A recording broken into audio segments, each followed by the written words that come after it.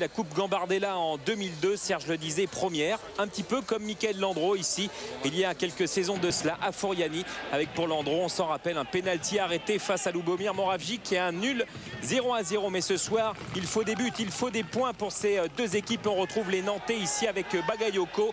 Bagayoko qui cherche du soutien, il en a avec Yapiapo qui se loupe et Ontariaya aidé par Vanet détourne ce ballon sur le banc Bastier avec Bonavita. On est en colère. C'était la première occasion après 30 minutes de jeu dans cette première période en faveur des Nantais. La réaction des Bastiers ici avec cette tentative de Youssouf Hadji et Michael Landreau qui intercepte ce ballon, qui le détourne en corner pour sa première intervention. Après, on vous l'a dit, une bonne demi-heure de jeu dans cette rencontre. Les Bastiers se sont enfin réveillés avec Chibonda, puis Sidibé.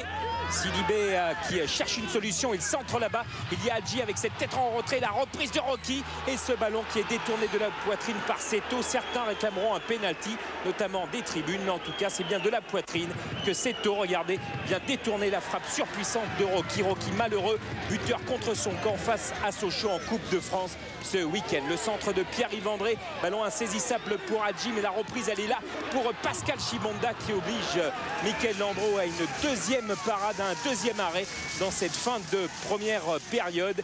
0-0 à l'issue de ces 45 premières minutes. Serge le disait, voit son équipe tenir, mais il demande du mouvement, du jeu court. C'est ce qu'il attend, que les Nantais retrouvent le jeu à la nantaise, le jeu créé par Coco Ciodo et concocté ici par Toulalan qui donne le tournis au défenseur Bastier. Toulalan pour ce centre, la reprise de Darocha pour l'ouverture du score, mais coup de sifflet de Monsieur Ruffray, but annulé. Vous allez comprendre pourquoi, tout simplement parce que Kesseru, regardez, vient s'appuyer sur Greg Vanet et donc but annulé par l'arbitre de cette rencontre. Le centre de Frédéric Ney, les Bastiers qui tentent de marquer ici avec ce centre de Chibonda, la reprise de la tête de Frédéric Ney qui était à l'origine de cette action, mais largement au-dessus de la cage de Landreau. Ciccolini veut du mouvement parce que son équipe a besoin de points. On vous le rappelle, 5 défaites consécutives, 3 en championnat, élimination en Coupe de la Ligue, élimination en Coupe de France. Il ne reste plus que le championnat, le maintien en vue peut-être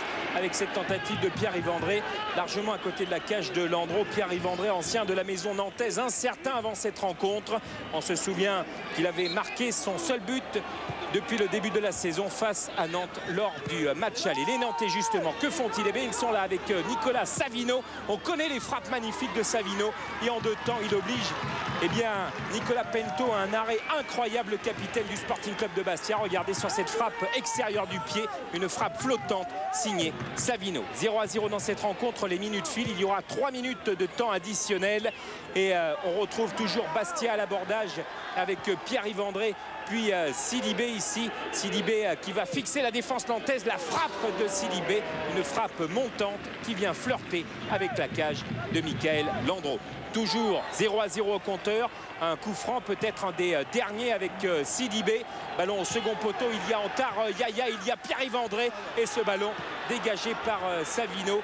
Ce sera la dernière occasion de cette rencontre, match nul 0-0 pour le Sporting Club de Bastia face à Nantes et bon, très bon premier point pris par Serge le disait que l'on écoute au micro de Vincent Cobos.